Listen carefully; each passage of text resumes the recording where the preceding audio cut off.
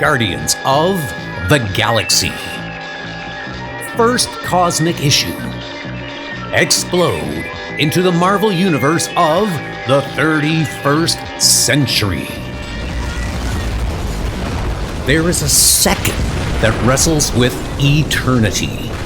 A heartbeat forever frozen in the tapestry of time. This is such a moment. The year is 3017 AD in one of the many possible futures of the multiverse. But it is one we have visited several times before. The planet is called Korg, an out-of-the-way, low-tech world in the Bledsoe system. The Guardians of the Galaxy were not expecting trouble when they arrived here, but 10 seconds ago, a sophisticated bank of gun turrets rose from a barren, dirt-covered ground and began firing. The Guardians were caught unawares. It is not a state they will remain in for very long.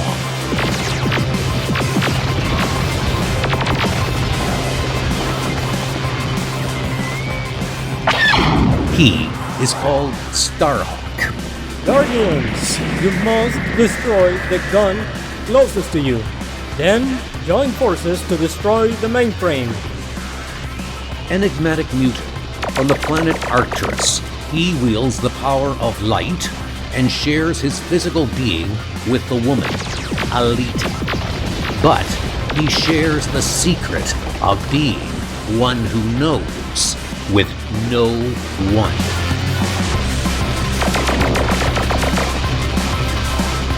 Nikki, last child of Earth's Mercury colony. Yeah?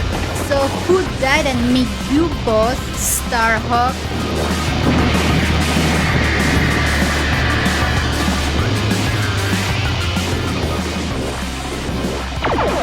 The agility of her limbs is exceeded only by the unerring skill of her marksmanship and the sting of her sarcasm.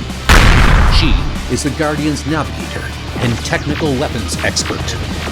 Charlie 27, fifth-generation militiaman and last survivor of Earth's Jupiter colony.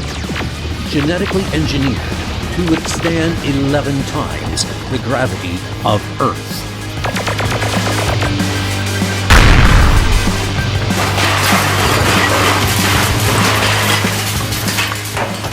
Give him a break, Nick. Starhawk may be a jerk, but he's right. What do you think, Marty? With the strength and mass that goes with it, he is the Guardian's pilot and military strategist. Martin X, silicone-celled master of thermal energy, sole survivor of Earth's colony on Pluto. You're the military man, Charlie. If it sounds good to you, it's okay by me. Yondu? He can emit blasts of searing heat from his right hand.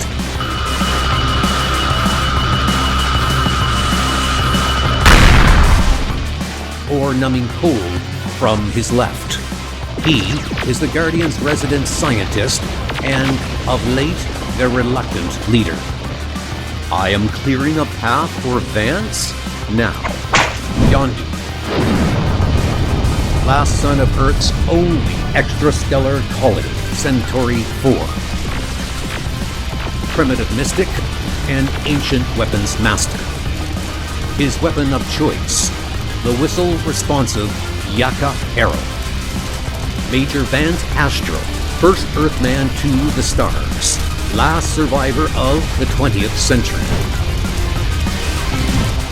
All right then, everyone, on my mark. Or as Benjamin J. Grimm used to say. His body forever sheathed in the silver and black metal suit that preserves his life. He is the master of the mutant power of psychokinesis. It's clobbering time. The Guardians of the Galaxy strike as one.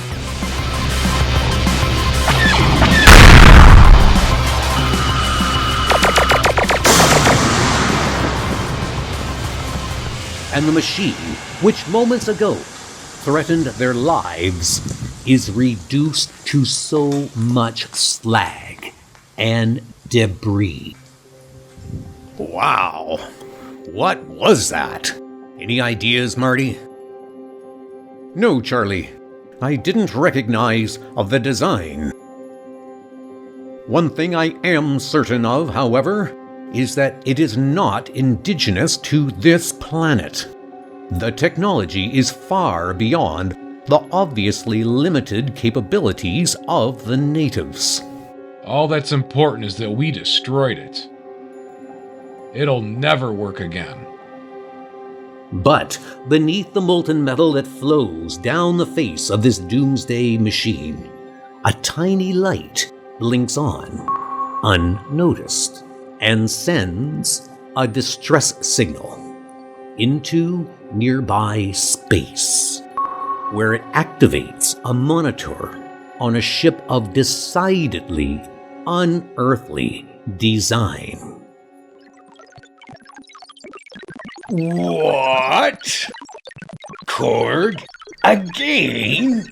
This is the second time in a matter of days.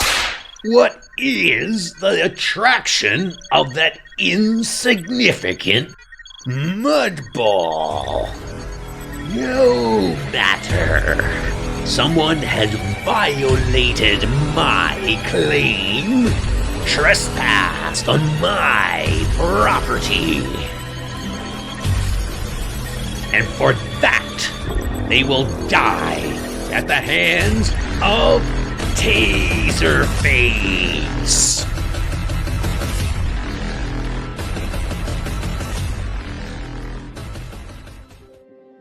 Core.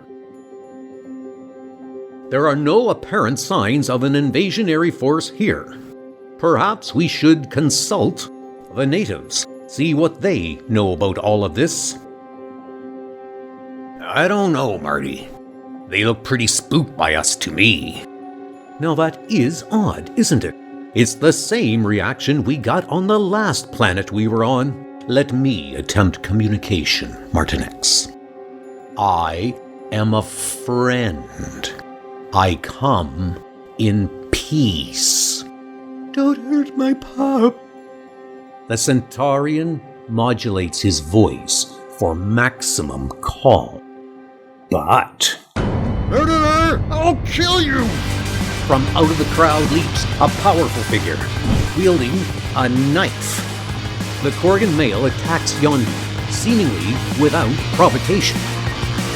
Yondu, not wishing to hurt his apparently mad attacker, but choosing to defend himself, rolls with the alien's own momentum to flip him. Monster! The Korgan does not land gracefully. Huh. Nice going, Flag Top. You really charmed them. Yeah, that did us a lot of good. But he attacked me. We know, Yondu. Look, it's obvious we're not going to get any information out of them. I'm going to beam up to the ship and double-check our coordinates. Make sure we're in the right place for this clue. Fine, Marty. We'll stay down here and look around a little. See if we can come up with anything. I don't think the natives will be giving us any more trouble. Martinex, wait. I shall accompany you. I must commune with Anthos. I am troubled. All right, Yondu, but if it's any consolation to you, this whole thing troubles me.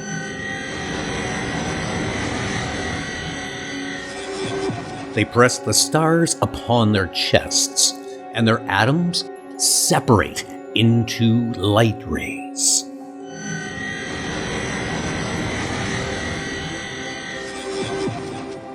Only to reassemble seconds later in their natural forms on the bridge of their starship. The Freedom's Lady floats above Core in geosynchronous orbit.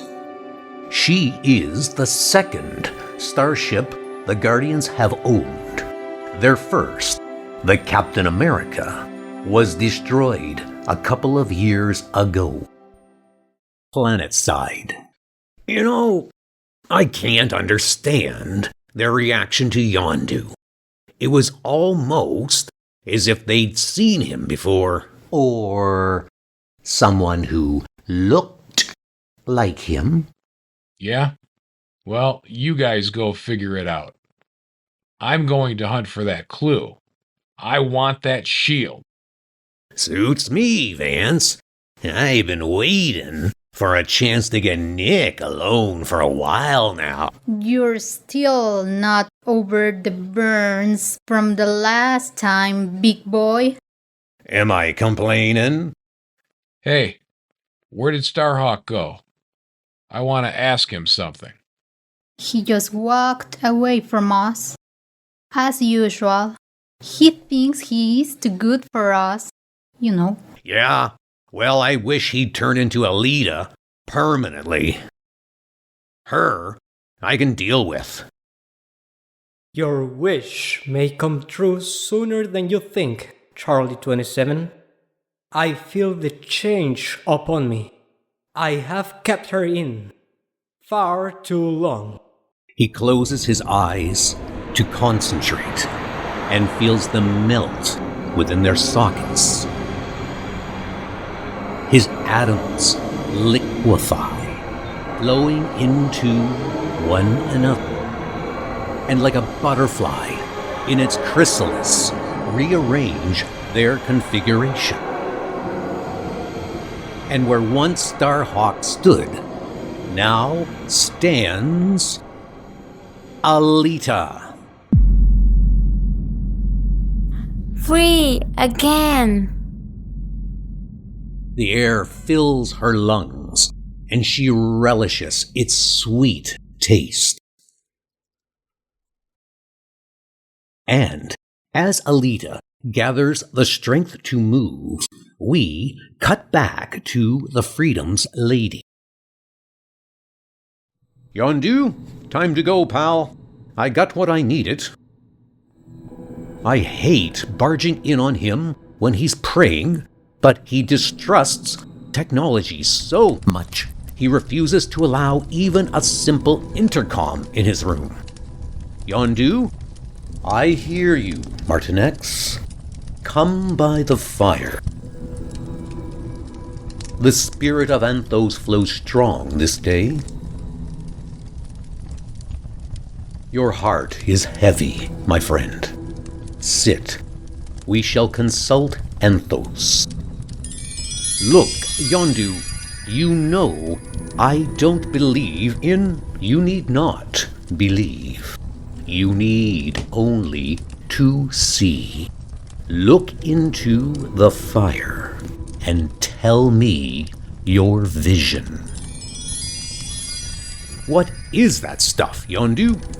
It's making the flame rise and part.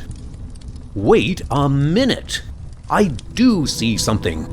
It's us. You, me, Charlie, and Vance as we were when we first got together. The Brotherhood of the Badoon had conquered our solar system, committed genocide on our races, and we... Wait! The image is changing. There we are 7 years later in Times Square. That was our first major victory against the Badoon. The Thing and the legendary Captain America came into our era and helped us liberate New York City. Captain America's appearance inspired the resistance. Inspired us all, in fact. I can see why Vance admires him so. Now we're fighting alongside the Defenders. We brought them back with us from our first trip to the 20th century. It was then that we met Starhawk. and the Sisterhood of the Badu. I'll never forget that day when they took their male counterparts off the Earth. The war was over, but we soon found civilian life was no longer for us. So we returned to space. It wasn't too much later that we found Nikki. Stop right where you are, or I'll blast your atoms from here to Antares. That was also when we discovered the unique relationship between Starhawk and Alita. Now I'm seeing the deaths of Starhawk and Alita's children. It was horrifying. They crumbled to dust right before our eyes. We didn't see Alita for a long time after that, and she never forgave Starhawk for not saving them. Oh, it's shifting again. Now we're battling Korvac and his minions of menace alongside Thor. The Norse thunder god accidentally came into our era from the 20th century. Little did any of us know then that we'd soon be joining him and his fellow Avengers in his own era to battle the neo-god Korvac had become. He called himself Michael, the enemy. And not even all of our combined power was enough to defeat him. Only the betrayal of love could do that. There's Nikki, Starhawk, and me with Spider-Man. We were trying to cover up any evidence of our being in that era, as I recall. And this must be when Starhawk left us for a while to try and resurrect Adam Warlock. But not even the power of her was able to perform that miracle. And now, we were in Saugerties, New York. Vance had returned to his boyhood home to try and talk his younger counterpart out of becoming an astronaut and thereby changing his own destiny. He didn't, of course.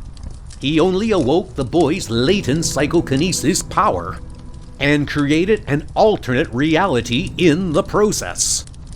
I've often wondered whatever became of that other Vance Astro. He became Marvel Boy and can be seen every month in the pages of The New Warriors. How's that for a sneaky plug, CA? And there we are, finally returning to the 31st century. We talked about going our separate ways, but after all we'd been through together, we were like a family of orphans. We decided to stay together, and that's when you found your world's Book of Antag, Yondu. For a more detailed account of the Guardian's history, read the text piece in this and subsequent issues. Encyclopedic Craig. You found a chapter in it that spoke of a brightly colored disc that would grant its possessor invincibility in battle. We figured it was just one of your people's superstitions. But not Vance. He knew what it was. Don't you see? It's Captain America's shield. He was convinced he was right, and nothing or no one could convince him otherwise.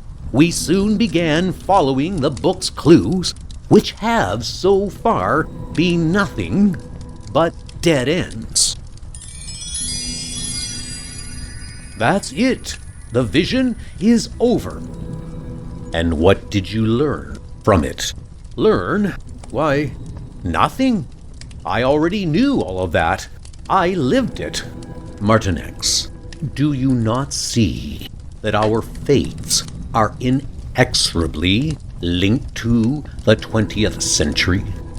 Every one of our major victories has involved that era. No, I don't see that at all. Yet, it is so.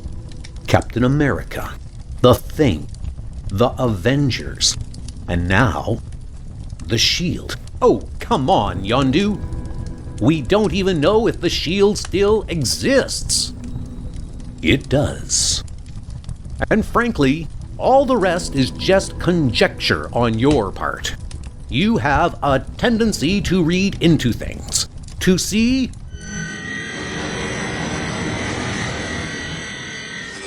the mystical in every... Oh, Alita, hello. I'm glad to see you with us again. Light Goddess, you grace us with your presence. Why? Thank you, Yondu. So, what's the story, Marty? Is this the right place or isn't it? It's the correct spot, Vance. There can be no doubt about that. But once again, there's no trace of the clue we were supposed to find here, just like all the other worlds we've been on. If you ask me. Yeah, I know. You think this is some kind of wild goose chase, but there's another explanation. Someone else is looking for the shield, and they're one step ahead of us. The real question is who? And how did they get a copy of the book? It would have to be another Centaurian. That'd explain the natives' reaction to Yondu, anyway. No. It is not a Centaurian. I would have felt it. Stand fast, aliens! You beings are trespassing! He beams down without a word of warning. His rough, graveled tone is unmistakable in its intent. You have 3 seconds to quit this world or die at the hands of Taserface. What? Now just hold on 1 minute, Taserface. No. The blast is as swift as it is powerful, and the 1,000-year-old man is sent sprawling. Fans! Much to the shock of his teammates. They react instantaneously. All right, pal. I don't know who you are, and I don't much care. But you just blasted a guy who was trying to make nice with ya. And in my book, that makes you dead meat. The force of Charlie 27's blow would shatter a small building. As it is, it only staggers the armored alien, who, in a move of surprising grace for one his size, lands on his feet and instantly retaliates. Instinctively, Yondu lets fly a Yaka arrow. The alien laughs at Centaurian's flawed marksmanship. Until Yondu whistles. It is an ear-piercingly shrill sound, and it causes the arrow to turn and dip in mid-flight, zooming all around its target like an angry hornet, confusing Taserface just long enough to let Nikki get a shot in with her wrist blasters. Momentarily stunned, the armored warrior turns and fires his ominous-looking gun arm at his attacker, while simultaneously firing a volley from his pistol at the other. Die!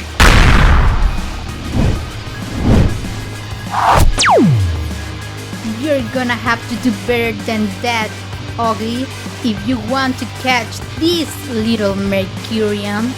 The amazingly agile, flame-tressed girl easily leaps out of harm's way, avoiding the blast. But her azure-skinned teammate is not so fortunate. As Yondu falls, Charlie 27 rises, and Martinez makes a desperate plea. Alita, we need Starhawk's power. No. Please, I know it's painful for you. but both Vance and Yondu are down. And I don't think that either Charlie or Nikki can hold this alien for long. The massive Jovian puts the full force of his half-ton frame into a powerful body slam. Even while Starhawk, reluctantly released by Alita, enters the fray. This has gone on long enough. Charlie, can you grab the creature and hold him while the others prepare to attack en masse? Starhawk, for one, I'm glad to see you. No sooner said than done, Hawk. I saw this maneuver on ancient television when we were in the 20th century. It's called a half Nelson, I believe. This should hold him. Ooh, you hold nothing.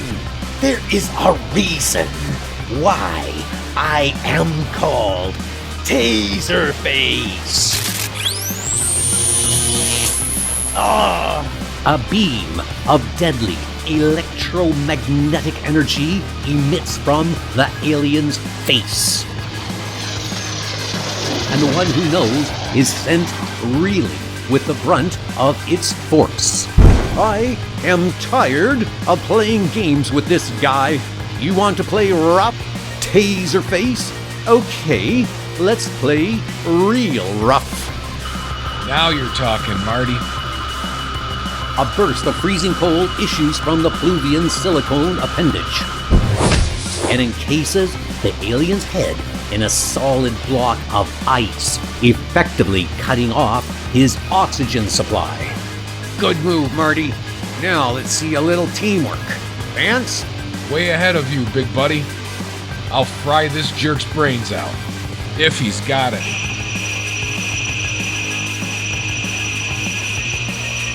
A blast of psychokinetic energy surges directly into the alien's brain, effectively cutting off crucial synapses as it does, and Taserface falls.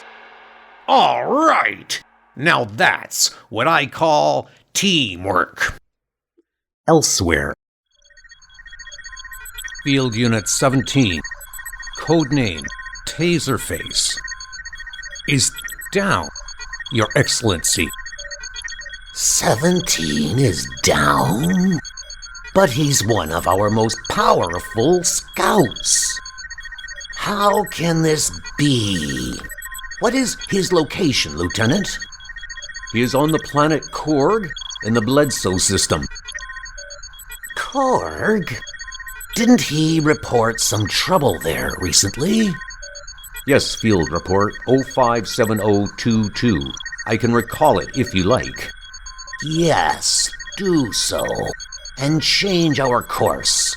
This bears further investigation.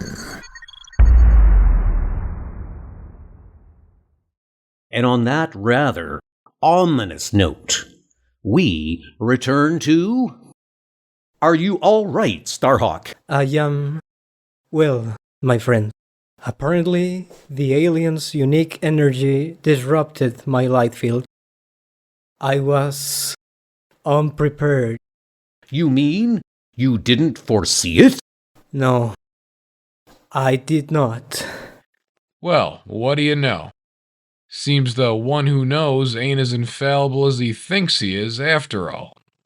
Yes, well, we'll have to look into that. But for now, I think it prudent we ascertain just who our adversary there is. Any ideas, people? Vance? Charlie? He's a tough little sod. That's all I know. Well, this is gonna sound crazy, but his armor, his blasters, he sort of reminds me of Iron Man. The 20th century Avenger? But that's impossible, isn't it? How could an alien this far from Earth get Iron Man's technology? I don't know, Nick. I guess we'll just have to wake him up to find out who he is. He is one of us, alien.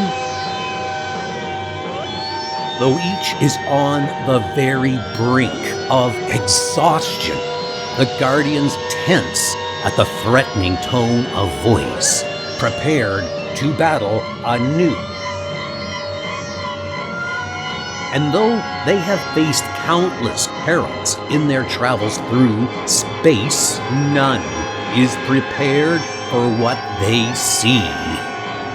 They thought Taserface was trouble. Now they face an army of beings just like him. And we always protect our own. Make peace with whatever gods you worship, creatures. Your lives are forfeit for having the temerity to harm a member of the Stark.